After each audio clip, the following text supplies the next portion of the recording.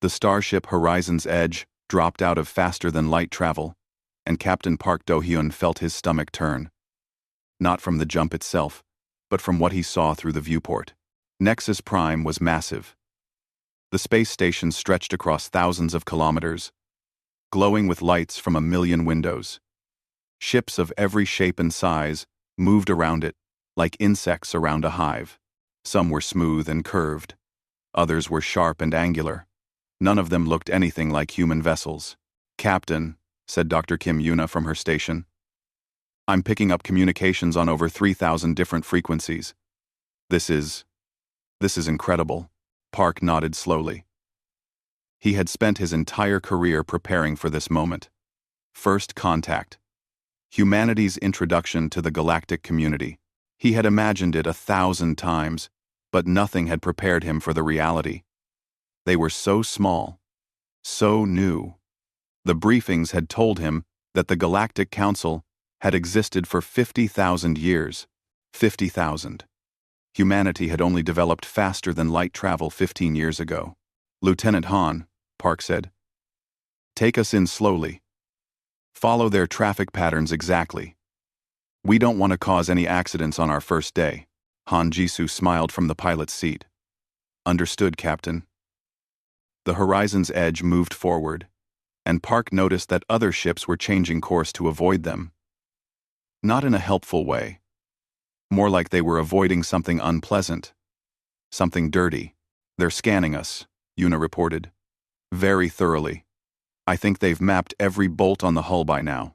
"Let them look," Park said. "We have nothing to hide." After an hour of careful navigation, they reached a docking port. The airlock connected with a hiss, and Park straightened his uniform. This was it. He turned to his senior officers. "Remember," he said, "we are representing all of humanity. Be respectful, be patient, and be proud." The airlock opened, and they stepped into Nexus Prime. The first thing Park noticed was the smell. It was strange but not unpleasant, like metal and flowers, and something else he couldn't identify. The corridor was wide enough for 10 people to walk side by side, and the walls were covered in patterns that seemed to shift and move. Guards stood at regular intervals. They were Veth, according to the briefing files. Insectoid beings with 4 arms and large compound eyes. They watched the humans with expressions that were impossible to read. A delegation was waiting for them at the end of the corridor. 3 aliens, each from a different species. Park recognized them from the files. The tall one with the hard shell was a Veth. The one that seemed to float in a bubble of water was a Morath. And the one that looked like living crystal was a Pelori. They were all council representatives. Park stepped forward and bowed. "Greetings. I am Captain Park Do-hyun of the United Earth vessel Horizon's Edge. On behalf of humanity, I thank you for receiving us." The Veth made a clicking sound. The translator in Park's ear converted it to words. "Yes, you are the humans. We have been curious about you." The way it said, "curious," made Park uncomfortable. It sounded like the way a scientist might be curious about a new type of bacteria. "We are honored to be here," Park said. "Humanity wishes to establish peaceful relations with the Galactic Council. We hope to learn from you, and to share what we have to offer." The Pelori's crystal body chimed. "What could you possibly have to offer? You have existed for less than a heartbeat of cosmic time. You have only just left your planet. You are..." It paused. "Infants." Park kept his face calm. "We may be young, but we are eager. We developed faster than light travel independently. We believe this shows that humanity has potential." "Independently?" The Morath's voice bubbled through the water. "That is what you claim. The Council has its doubts. Species at your level of development do not create such technology. You must have found it. Or stolen it." "We did not steal it," Yuna said, stepping forward. Park gave her a warning look, but she continued. "I was part of the team that developed the drive. I can show you our research, our calculations, everything." The Veth waved one of its arms dismissively. That will not be necessary. The Council has already made its determination. Your species has been classified as Tier 7. Park felt his heart sink. He knew what that meant. He had hoped they were wrong about the Council's classification system. Tier 7 was the lowest rank. It meant they were considered primitive, barely worth noticing. Tier 7, he repeated. And what does that mean for diplomatic relations? It means there will be no diplomatic relations, the Pelori said. Tier 7 species are observed only. They are not permitted to trade, to travel freely, or to participate in council affairs. You may return to your planet and continue your development. In 10,000 years, you may apply for reassessment. 10,000 years? Jisoo said from behind Park. That's insane. The Veth turned its compound eyes toward her. It is standard. No species has ever risen from Tier 7. It is simply not possible. Development takes time. Millions of years. You cannot rush evolution. Park took a deep breath. With respect, we ask for a chance to prove ourselves. Allow us to demonstrate what humanity can do. We are not asking for special treatment. Only an opportunity. The three council representatives looked at each other. Something passed between them. Some silent communication. Then, the Morath spoke. Very well. You will be permitted to address the full council tomorrow. You may make your case. But I will tell you now, human. It will change nothing. The council has seen thousands of young species. They all believe they are special. They all believe they are different. They are always wrong. The delegation turned and walked away, leaving the humans standing in the corridor. Well, Jisoo said. That went badly. Yuna shook her head. They didn't even look at our credentials. They decided what we were before we even arrived. Park said nothing. He stared at the shifting patterns on the walls. 50,000 years. That was how long the council had existed. 50,000 years of doing things the same way. Of believing the same things. Of never being challenged. Maybe that was the problem. Captain, said one of the crew members, checking a portable scanner. I'm picking up something strange. A large energy signature at the edge of the system. Multiple ships. Big ones. Park frowned. Council ships? No, sir. The configuration doesn't match anything in the council database. But whatever they are, they're heading this way. Fast. Park looked out a nearby window at the vast station. At all those lights. All those lives. He had a bad feeling about this. Get me everything you can on those ships, he said. And someone find out what the council's defense capabilities look like. Jisoo raised an eyebrow. You think there's going to be trouble? There's no company. Park watched the peaceful flow of traffic around Nexus Prime. All those ships going about their business. No sense of urgency. No concern. 50,000 years of peace had made them comfortable. Maybe too comfortable. I think, Park said slowly, that things are about to get very interesting. The alarms started at midnight. Park was in his quarters when the sound cut through the station. It was a deep, pulsing tone that he could feel in his bones. Red lights flashed in the corridors.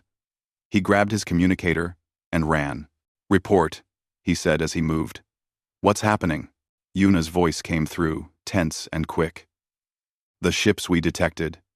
They've arrived. Captain, there are hundreds of them. The station's defense fleet is engaging. Park reached a viewport and stopped. His breath caught in his throat. The battle had already begun. Council ships were firing at the incoming fleet. But it was like throwing stones at a mountain. The enemy ships were huge, dark, and angular, covered in spikes and weapons. They moved through the council formation like wolves through sheep, destroying everything in their path. Who are they? Park asked. The Krath Dominion, Yuna said. According to the council database, they're a hostile species that has attacked council space for over 300 years. The council has never been able to stop them completely. Park watched another council ship explode, then another. The council fleet was falling apart. Their tactics were predictable. They flew in neat formations, attacked in straight lines. The Krath cut through them without effort. "How many people are on this station?" Park asked. "Over 12 million. Yuna said quietly. 12 million. Park made his decision. "Contact Admiral Choi," he said. "Tell him to bring the fleet. Everything we have. Captain, Earth Command will never approve. Then I'll take responsibility. Do it now." The next 6 hours were chaos. The Council Defense Fleet was destroyed. Every ship, gone. The Krath began bombarding the station itself. Sections lost atmosphere. Fires broke out. The emergency systems struggled to keep up. Park found the Council representatives in a command center. They were arguing with each other, their translators creating a mess of overlapping voices. When Park entered, they turned to look at him. "What do you want, human?" the Veth demanded. "This is a restricted area. I want to help," Park said. The Pelori made a sound like breaking glass. Laughter. "Maybe. Help? Your single ship? Against the Krath Dominion? You would be destroyed in seconds." "Not my single ship," Park said. "My fleet." As if on cue, Yuna's voice came through the station's communication system. "Council representatives, this is Dr. Kim Yuna, of Earth Vessel Horizon's Edge. We are detecting multiple ships exiting FTL travel. They are human vessels. 15 ships, military configuration." The Council representatives looked at each other. 15 ships, the Morath said. "The Krath have over 300. Your fleet will make no difference." "Maybe," Park said. "But we're offering to fight and die for your station. For your people. Are you really going to say no?" There was a long silence. Outside, another explosion shook the station. Finally, the Veth spoke. "Do what you wish. It will not matter." Park smiled grimly. "We'll see." Admiral Choi Sung-wan was a serious man. He had fought in 3 wars and never lost a battle. When his fleet arrived, he assessed the situation in seconds. "All ships," he said over the command channel. "This is Admiral Choi. Forget everything you learned in the academy. Today we fight like humans. Fast, unpredictable, and without mercy. Battle plan Thunderstorm. Execute." The 15 human ships scattered like leaves in the wind. They dove into the Krath formation at different angles, firing as they went. But they didn't stay to fight. They fired, jumped to FTL for just a fraction of a second, and reappeared somewhere else. Then they fired again, and jumped again. The Krath couldn't track them. Their weapons were designed for enemies that fought in neat lines, that held positions. The humans were everywhere and nowhere. One moment they were attacking the front of the fleet. The next they were behind it. Engineer Baek Mireille, aboard the Horizon's Edge, watched the battle on her screens. "Captain," she said to Park, who had returned to his ship. "I have an idea." "It's crazy." "Tell me," Park said. "The station's power grid. If we overload it in a specific pattern, we can create an electromagnetic pulse. A big one. It would disable every ship within 10,000 kilometers. Including ours," Jisoo pointed out. "Including ours," Mireille admitted. "But our ships are hardened against EMP. We built them that way because of the solar storms near Earth. The Krath ships won't be. Neither will the Council ships, but those are already destroyed." Park looked at the battle. The human fleet was doing well, but they were taking damage. They couldn't keep this up forever. "Do it," he said. Mireille worked fast. She connected to the station's systems and started the overload sequence. The lights on Nexus Prime flickered. The Krath seemed to sense something was wrong. Their ships began to pull back. Too late. The pulse exploded outward from the station like a silent wave. Every Krath ship went dark. Their engines failed. Their weapons stopped. They drifted. Helpless. "All ships," Admiral Choi said calmly. "Finish them." The human fleet moved through the disabled Krath ships and destroyed them one by one. It was not a battle anymore. It was an execution. Within an hour, the Krath Dominion fleet was gone. The few ships that had been outside the pulse range fled into FTL and disappeared. For the first time in 300 years, the Krath had been completely defeated. Park stood on the bridge of the horizon's edge and let out a breath he had been holding for hours. Around him, his crew was cheering. On the communication channels, he could hear other human ships celebrating. "Captain," Yuna said, "the Council is hailing us. Put them through." The Veeth representative appeared on screen. Its compound eyes were unreadable, but its voice was stiff. "Human Captain. The Council acknowledges your assistance in this matter." "You're welcome," Park said. "We were happy to help. The Council will review the battle data. There will be a formal assessment. However, I must inform you that this victory was largely due to Krath incompetence. They were not expecting resistance. Your tactics were unconventional, unorthodox. They would not work against a prepared enemy." Park felt his jaw tighten. "Our tactics saved your station. Perhaps. Or perhaps the Krath were already retreating. The data is unclear." The Veth paused. "The Council thanks you for your efforts. A minor commendation will be added to your record. You are now requested to leave Council space and return to your planet. Your presence here is disruptive." The channel closed. Jisoo stared at the blank screen.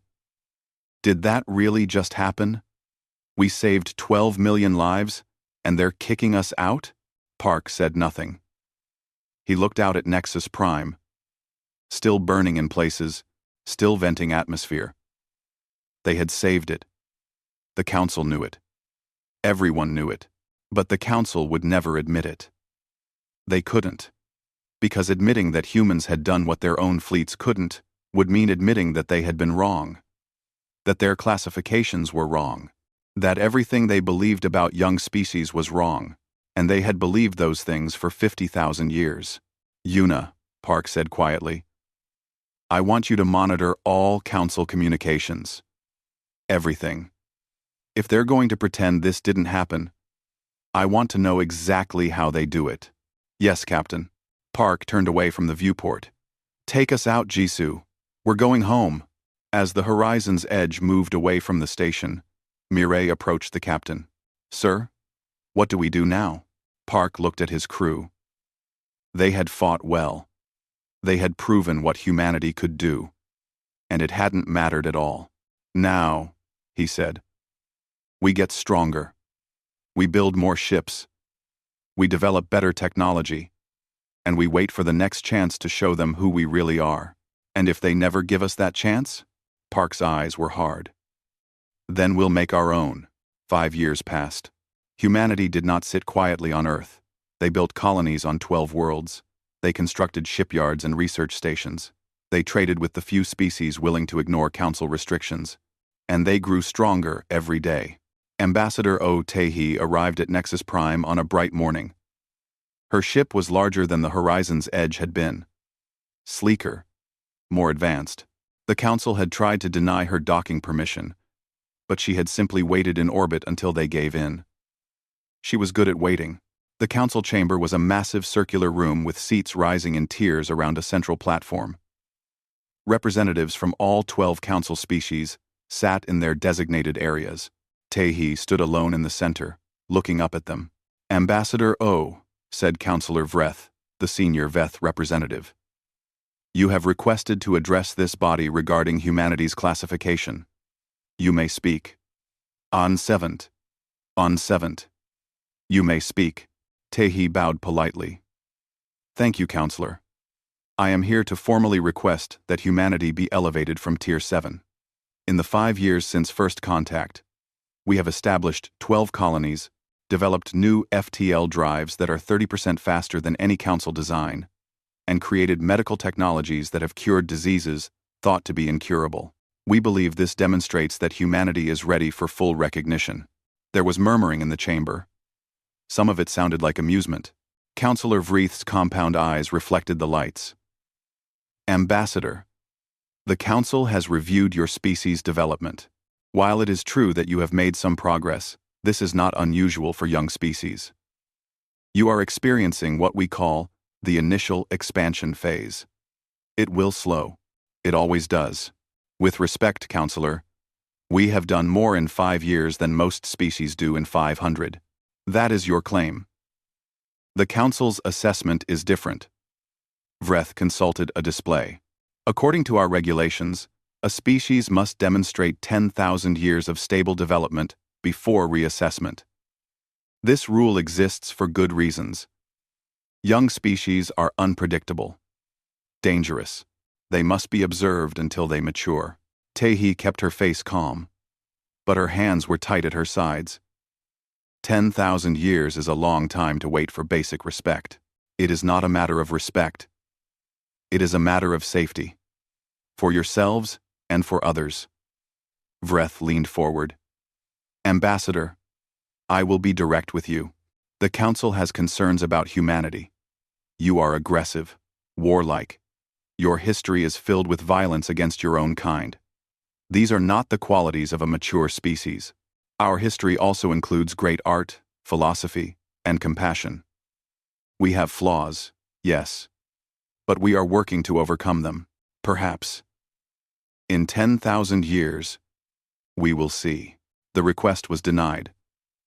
Tehi left the chamber with her head held high, but inside, she was burning with frustration. Commander Yoon Hajin was waiting for her in the corridor. Hajin was tall and serious, with sharp eyes that never seemed to miss anything. She was the head of Earth's intelligence operations, and she had been busy. Ambassador, Hajin said, we need to talk. Privately, they found a secure room, and Hajin activated a scrambler to block any listening devices. I've been monitoring Council communications, Hajin said. They're not just ignoring us. They're actively working against us. She brought up a display showing financial records, communication logs, and ship movements. These are pirate groups that have been raiding our colonies for the past 2 years. We always wondered how they knew exactly where to hit us. How they got past our defenses. Now, I know. The Council is funding them, providing them with information. They want to slow our expansion without getting their own hands dirty. Tehi stared at the evidence. You're certain about this? Completely certain. And there's more. Hajin changed the display. The Pelori tried to hack our military networks last month. We caught them and traced it back. They were looking for our weapons designs, our fleet positions, everything. Did they get anything? No. Our AI system stopped them. But Ambassador, this is an act of war. They're treating us like enemies, while pretending to be neutral observers. Tehi was quiet for a long moment. What do you recommend? We should go public, show the galaxy what the Council is really doing. That would force a confrontation. We're not ready for that. Then when will we be ready? When they've destroyed all our colonies. Before Tehi could answer, her communicator buzzed. She looked at it, and her face went pale. What is it? Hajin asked. New Busan colony, Tehi said. It's been attacked. Pirates. 2,000 civilians dead. The news spread across Earth like wildfire. People were angry. Protests erupted in every city. The government demanded justice. Tehi returned to Nexus Prime and confronted the Council directly. 2,200 people, she said, her voice echoing in the chamber. Families, children, dead. And we have evidence that this Council funded their killers. The chamber erupted in noise. Vreth banged a device that created a loud tone, calling for order. These are serious accusations, Vreth said. What evidence do you have? Tehi presented everything. The financial records, the communications, the connections between the pirates and Council agencies. When she finished, there was silence. Then Vreth spoke. The Council will investigate these claims.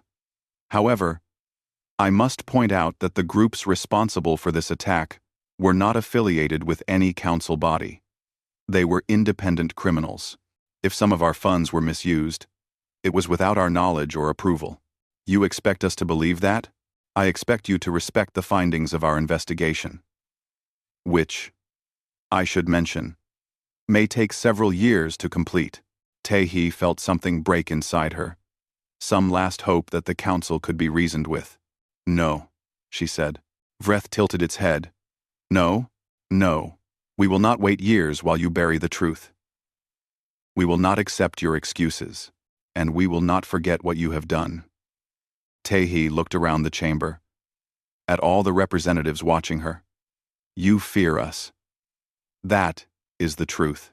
You fear us not because we are primitive, but because we remind you of what you have become. You have not changed in 50,000 years. You have not grown.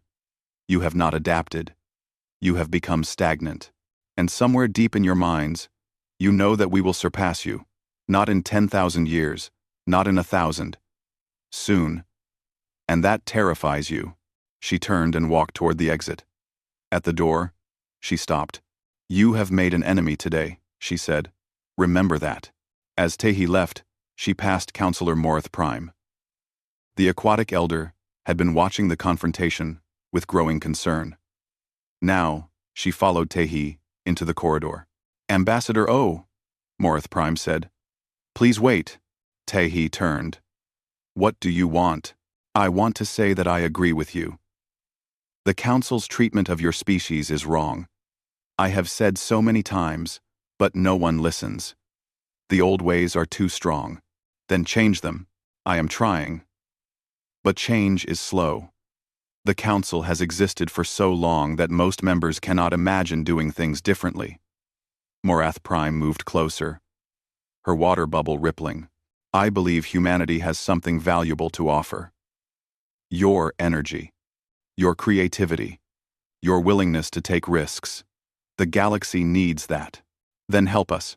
Morath Prime was quiet. I will do what I can. But be careful, Ambassador. The Council is powerful. If you push too hard, they will push back. And humanity may not survive that. Tae-hee nodded slowly. Thank you for the warning. She continued down the corridor, but she had only gone a few steps when Hajin contacted her. Ambassador. What now? Long-range sensors have detected a fleet massing at the edge of the galaxy, Krath Dominion. And they're not alone. They've allied with 3 other hostile powers. We're counting over 3,000 ships. Tae-hee stopped walking. Where are they heading? Hajin's voice was tight. Earth. They're coming. For Earth. Tae-hee closed her eyes. The Council would not help them. She was certain of that. Humanity would have to face this alone. How long do we have? 2 months. Maybe less. 2 months to prepare for the largest attack in human history. 2 months to save their species. Tae-hee opened her eyes. Then we'd better get started. General Shin Unji stood in the command center of Earth Defense Headquarters and looked at the display showing the approaching fleet. 3,200 ships. Krath Dominion, Revik Collective, Thorian Empire, and Zell Confederacy. 4 hostile powers that had put aside their differences for one purpose: to destroy humanity before it could become a threat. Earth had 200 ships. General, said one of her aides. The Council has responded to our request for assistance. And they have declined. They say, this is an internal human matter and does not fall under Council protection. Shin nodded. She had expected nothing else. The Council wanted humanity to fail. They would sit back and watch as Earth burned. What about independent species? Anyone willing to help? Several have offered medical supplies and refugee transport. But no military support. They're afraid of Council retaliation. Shin turned away from the display. Then we fight alone. Across Earth, humanity prepared for war. Factories ran day and night, producing weapons and ships. Volunteers flooded recruitment centers. Scientists worked without sleep, finishing projects that had been years from completion. Dr. No Soo-jin, was one of those scientists. She had been working on a new weapon system for 5 years, but the Council had always complained that it was too dangerous, that it violated galactic conventions. Now those concerns no longer mattered. Project Thunderbolt is ready, she told General Shin. Collapse torpedoes. They create micro-singularities on impact, tiny black holes that last for just a fraction of a second. But that's enough. One torpedo can destroy a ship 3 times the size of our largest battleship. How many do we have? 50. We could only make 50 in time. 50 torpedoes against 3,000 ships. Shin did the math and didn't like the answer. It will have to be enough, she said. The enemy fleet entered the solar system on a cold Tuesday morning. They came out of FTL near Jupiter and immediately began their advance toward Earth. General Shin watched them on the display and felt strangely calm. All ships, she said over the command channel. This is General Shin. You know what we're facing. You know our chances. But I also know something else. I know what humanity can do when our backs are against the wall. I know that we have faced impossible odds before and survived. We will survive this too. Not because we're stronger than them. Not because we have more ships. But because we refuse to give up. We fight until the end. That is who we are. That is what makes us human. She paused, looking at the fleet positions. Battle plan Desperate Storm. The human fleet met the enemy in the Kuiper Belt, among the icy rocks at the edge of the solar system. It was a good place for an ambush. The asteroids provided cover, and the enemy couldn't use their numerical advantage in the tight spaces. Corporal Moon Ji-hyuk flew his fighter through the chaos, dodging enemy fire and debris. He was young, just 23, from the colony of New Gyeongju. He had joined the military 2 years ago because he wanted to protect his family. Now, he was fighting for the survival of his entire species. Blue Squadron, he said to his wingmates. Follow me. I see an opening. He dove toward a cluster of enemy carriers. These were the big ships, the ones that launched fighters and bombers. If they could take out the carriers, they could reduce the enemy's attacking power significantly. Enemy fighters swarmed around him, but Ji-hyuk was fast. He had trained in asteroid fields since he was 16. This was his territory. Blue 3, Blue 5, hit the engines. I'll go for the bridge. His squadron split apart. Ji-hyuk flew straight at the first carrier, so close that the big ship's weapons couldn't track him. He fired everything he had at the bridge section. The carrier shuddered and began to drift. He pulled up, spun around, and did the same to the second carrier. Then, the third. 3 carriers destroyed in one run. Blue leader, said a voice on the radio. That was incredible. Don't celebrate yet, Ji-hyuk said. We've got 297 more carriers to go. The battle raged for hours. Human ships fell, but they took enemies with them. For every human vessel destroyed, 3 enemy ships died. It wasn't enough. There were just too many of them. The enemy pushed through the Kuiper Belt, then through the asteroid belt, then past Mars. The colony on Mars took heavy bombardment. The shields held for a while, but eventually they failed. Millions of people fled to underground shelters. Many didn't make it, and still the enemy came. Captain Park Do-hyun stood on the bridge of the rebuilt Horizon's Edge. His ship had been upgraded many times in the past 5 years. It was faster now. Stronger. Better armed. But even so, he knew they were losing. Captain, said Jisoo, still at the pilot's seat after all these years. The enemy fleet is approaching Earth orbit. We can't stop them. Park looked at the tactical display. The human fleet had been reduced to 80 ships.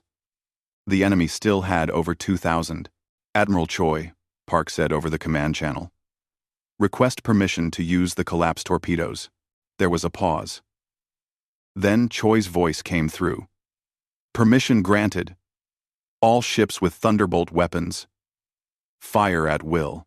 The collapsed torpedoes launched. They were small. No bigger than a person. But they carried the power of dying stars. They hit enemy ships, and reality twisted around them. Tiny black holes formed, pulling in metal and energy and flesh, then disappearing as quickly as they had come. 50 torpedoes. 50 ships destroyed instantly. But it wasn't enough. The enemy flagship moved into Earth orbit. It was a massive vessel, 5 kilometers long, covered in weapons. It began charging some kind of primary cannon, pointing straight at the planet below. "They're going to fire on Earth," Yuna said. "If that weapon hits, millions will die." Park made his decision. "Jisoo, full speed. Ram the flagship." Jisoo didn't hesitate. "Yes, sir." The Horizon's Edge accelerated toward the enemy flagship. Other enemy ships tried to stop them, but Jisoo dodged and weaved through the fire. The flagship grew larger in the viewport. 30 seconds to impact, Jisoo said. "All hands abandon ship," Park ordered. "Everyone to the escape pods." "Now." His crew hesitated. Park looked at them. "That's an order. Go." They went. All except Jisoo. "You too, Lieutenant," Park said. Jisoo shook her head. "Someone needs to pilot this thing. And I'm the best pilot we have." Park wanted to argue, but there was no time. The flagship filled the entire viewport now. He could see the weapon charging, glowing with terrible energy. "It's been an honor, Captain," Jisoo said.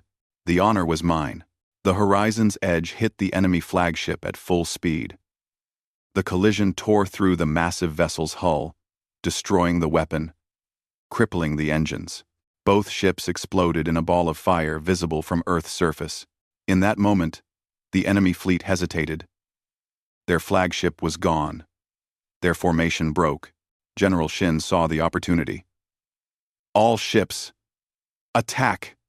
Hit them now while they're confused." The remaining human ships charged into the enemy fleet. It was a desperate assault, but it worked. The enemy, already shaken by the loss of their flagship, began to retreat. One ship, then 10, then hundreds. They fled into FTL, leaving their dead behind. Earth had won, but the cost was terrible. Of 200 ships, only 40 remained. Mars was devastated. Millions were dead or displaced, and Captain Park Do-hyun was gone. The news spread across the galaxy. Every species, from the mightiest to the smallest, heard about how humanity had stood alone against an impossible enemy and survived. The Council's attempts to minimize the victory fell flat. There was footage, there were witnesses. Everyone knew the truth. Councillor Vreth released a statement calling the battle exaggerated and claiming the enemy had been already planning to retreat due to internal conflicts.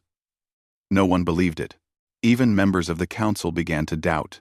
Ambassador O stood in her office on Earth, looking out at the sky still hazy with smoke from the battle. Hajin entered behind her. "Ambassador," Hajin said, "we're receiving communications from across the galaxy. 30 species want to meet with us. They're talking about forming a new alliance, with humanity at the center." Taehi turned. For the first time in weeks, she smiled. "Then let's not keep them waiting." 2 years after the Battle of Seoul, the galaxy looked very different. The Free Worlds Coalition had grown from 30 species to 64. Their headquarters was on Earth, in a new city built specifically for the purpose. Representatives from dozens of worlds walked its streets, speaking languages that had never been heard on Earth before, sharing ideas and technologies and dreams. Humanity had not just survived. It had become a beacon. President Kang Min-ho looked out his window at the city below. Ships from 100 worlds filled the sky. Somewhere down there, engineers from Earth were working with scientists from Morath to develop new medical treatments. Artists from Pelori were collaborating with human musicians to create compositions that had never been heard before. Children from different species played together in parks, not seeing differences, only friends. This was what the Council had feared. Not human warships. Not human weapons. This, "Mr. President," said his aide. Kang nodded and straightened his suit. Today he would travel to Nexus Prime. Today he would address the Galactic Council for the last time. His ship was the Unity, a vessel designed by human and Morath engineers working together. It was beautiful and fast and strong, a symbol of what cooperation could achieve. Fleet Admiral Jang Sora commanded the escort fleet. She was young, only 32, but she had proven herself in a dozen engagements. There was no one Kang trusted more to keep them safe. "Admiral," Kang said as they entered council space. "Are you expecting trouble?" Sora shook her head. "The council doesn't have the ships to threaten us." "Not anymore. 5 of their member species have already defected to the coalition. The rest are barely holding together, and yet they still refuse to admit they were wrong. Pride is a powerful thing, Mr. President, especially when it's been building for 50,000 years. They arrived at Nexus Prime. The station was the same as it had been 7 years ago when the Horizon's Edge first docked there. But everything else had changed. Half the docking bays were empty. Many sections were dark, abandoned. The Great Galactic Council was fading, and everyone knew it. Kang walked through the corridors with his delegation. Tae-hee was there. Now, the most experienced diplomat humanity had. Yuna had come too, because she had been there at the beginning and deserved to be there at the end. And walking beside them was a surprise guest. Rear Admiral Park Do-hyun. He had survived, barely. The escape pod had launched automatically when the Horizon's Edge hit the flagship. Park had been in a coma for 3 months, his body broken in a dozen places. But he had pulled through. He always did. They entered the council chamber. It was less full than before.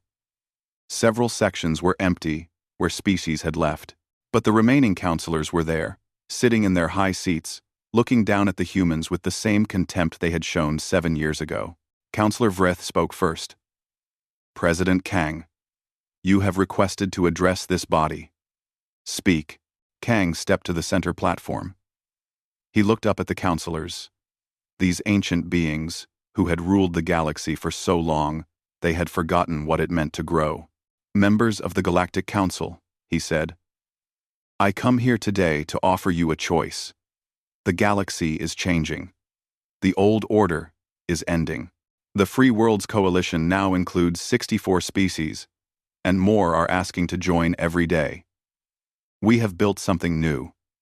Something based on cooperation, not control. On respect, not fear. On growth, not stagnation."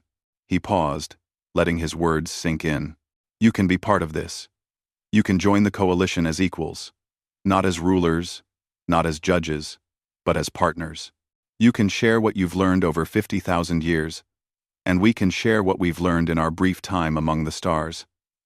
Together, we can build a galaxy that is better for everyone." Vreth made a clicking sound. "And if we refuse, then you will become irrelevant. Your council will shrink until there is nothing left. Species will continue to leave you and join us.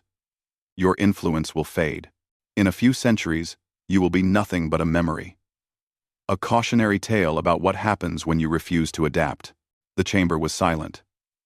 The counselors looked at each other, communicating in their silent ways. Then Vreth spoke again. "The Council has maintained peace and order in this galaxy for 50,000 years. We have guided hundreds of species from barbarism to civilization.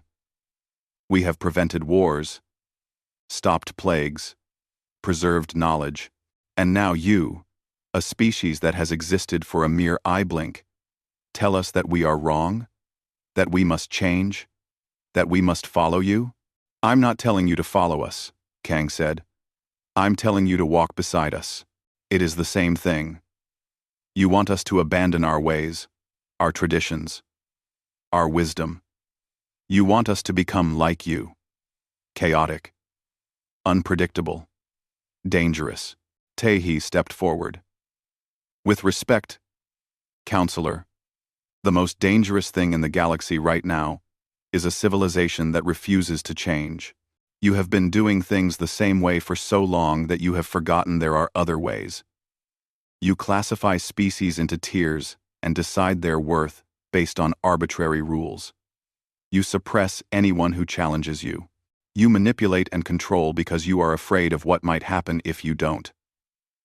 Vreth's compound eyes glittered. We are not afraid of you, human. Then why won't you let us prove ourselves? Why won't you give us a chance? Tehi looked around the chamber. We have done everything you asked. We have demonstrated our technology, our culture, our ability to cooperate with others. We have saved this very station from destruction. We have fought off enemies that you could not defeat. And still you deny us. Still you call us primitive. Still you refuse to see what is right in front of your eyes. Because what is in front of our eyes is a species that has existed for a fraction of a second and believes it knows better than civilizations millions of years old. That is not confidence. That is arrogance. Park stepped forward. He had been silent until now, but he could not stay silent any longer. Counselor, he said, I was there at first contact. I was there when we saved this station. I was there at the Battle of Saul. I have seen what humanity can do. And I have seen what the Council does in response. You do not reject us because we are primitive. You reject us because we remind you that you have stopped growing. You have achieved so much, but you have forgotten how you achieved it. You have forgotten what it means to struggle, to strive, to risk everything for something better. We have not forgotten. We are still hungry. And that terrifies you. The chamber was quiet. Park's words hung in the air. Then, movement. Counselor Morath Prime rose from her seat. She floated down to the main floor, her water bubble rippling with each movement. The human is right, she said. We have become stagnant. We have become afraid. I have said this for years, but I was ignored. I will not be ignored any longer. She turned to face the other counselors. I am leaving this council. I am joining the Free Worlds Coalition, and I urge all of you to do the same. She moved to stand beside the humans. There was chaos in the chamber, counselors shouting, arguing, accusing. Then another counselor rose, and another. 3 species walked out of their sections and joined Morath Prime. Then a fourth. Vreth banged the tone device, but no one listened. The council was breaking apart. This is treason, Vreth shouted. You will all face consequences. What consequences? Morath Prime asked. You have no power anymore, Vreth. The galaxy has moved on. It's time you did too. Vreth looked around at the chaos, at the collapsing order, at everything falling apart. For just a moment, Park thought he saw something in those compound eyes. Not anger, not hatred, fear. This is not over, Vreth said. The council will stand. We will oppose you. Kang shook his head. If that's your choice, we will respect it. But we will not wait for you. The galaxy is moving forward. You can come with us or stay behind. That decision is yours. He turned and walked toward the exit. His delegation followed. At the door, he stopped and looked back. The offer remains open, he said. 1 month later, the old Galactic Council was officially dissolved. A new Galactic Assembly was formed in its place, with humans as founding members. Vreth and a few other hardliners refused to join, retreating to their homeworlds to sulk in isolation. But most of the old Council species recognized the reality of the situation and applied for membership. The galaxy entered a new era. Park stood on the bridge of the new flagship, the Eternal Dawn. It was the most advanced ship ever built, a collaboration between 12 different species. Through the viewport, he could see Earth, beautiful and blue, surrounded by ships from 100 worlds. Yuna stood beside him. She was the head of xenological studies for the Assembly now, the first human to hold the position. Do you think they'll ever accept us? She asked. Completely, I mean? Without doubts? Park considered the question. Maybe not all of them. Vreth and the others. They'll probably hate us until they die. But their children might feel differently. And their children's children. Change takes time. You sound like the council. Park laughed. Maybe they weren't wrong about everything. Maybe patience is important. But so is action. So is growth. The trick is knowing when to be patient and when to push forward. He looked at his crew. Humans, Morath, Veth, Pelori, and a dozen other species, all working together.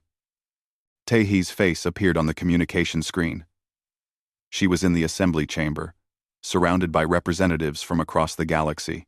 Admiral Park, she said with a smile. We just voted. The Assembly has elected me as Secretary General. Park grinned. Congratulations, Madam Secretary. You deserve it. Thank you. I couldn't have done it without the crew of the Horizon's Edge. Without you. This. Park shook his head. We just opened the door. You're the one who walked through it. Tehi smiled. I'll talk to you soon, Admiral. We have a lot of work to do. The screen went dark. Park turned back to the viewport, to the galaxy spread out before him. So many stars. So many worlds. So many possibilities. They said we'd never rise, he said quietly. They said we were primitives. They said we were a fluke. Yuna raised an eyebrow. And? Park smiled. They were wrong.